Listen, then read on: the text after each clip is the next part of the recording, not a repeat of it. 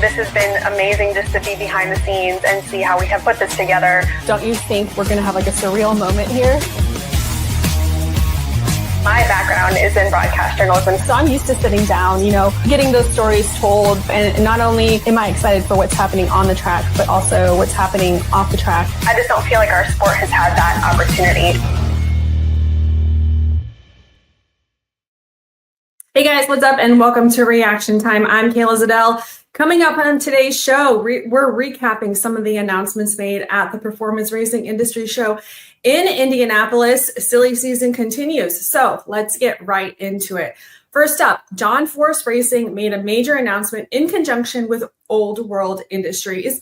A multi-year extension has been made with John Force Racing that includes primary sponsorship of the PEAK Antifreeze and Coolant Chevy Funny Car, in which Jack Beckman will pilot full-time in the NHRA's 2025 Mission Foods Drag Racing Series.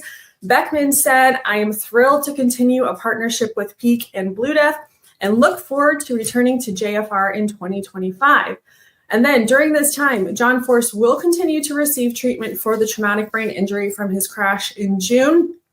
Force also said, "I've still got a lot of things I want to do, so I don't want anybody thinking they've seen the last of John Force.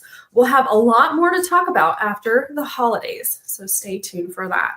Then 2023 World Series of Pro Mod champion Spencer Hyde announced that he will be driving full-time for Jim Head during the 2025 season. Hyde will immediately begin acclimating himself to the Ford Mustang Funny Car, and he said, "I'm looking forward to this challenge. Driving a Pro Mod car is a handful because they are so unpredictable, and getting to make nearly 20 passes in Patton's top fuel dragster has given me the acceleration experience.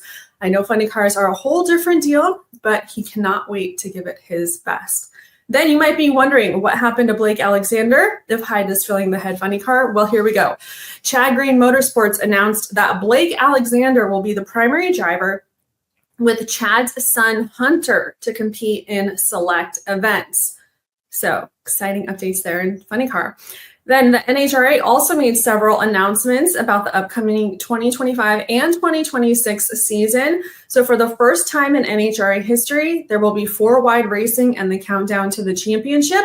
The revamped NHRA 4-wide Carolina Nationals will take place in September. They also announced a special 2-day exhibition showcase called the Peach State NHRA Showcase of Speed at South Georgia Motorsports Park in Valdosta, Georgia. And a few details for the 75th anniversary campaign came to light, such as 7th anniversary rings, a special 2026 Wally Trophy, and a Wally Parks documentary. Those are just a few. You can check out all of them on Drag Illustrated.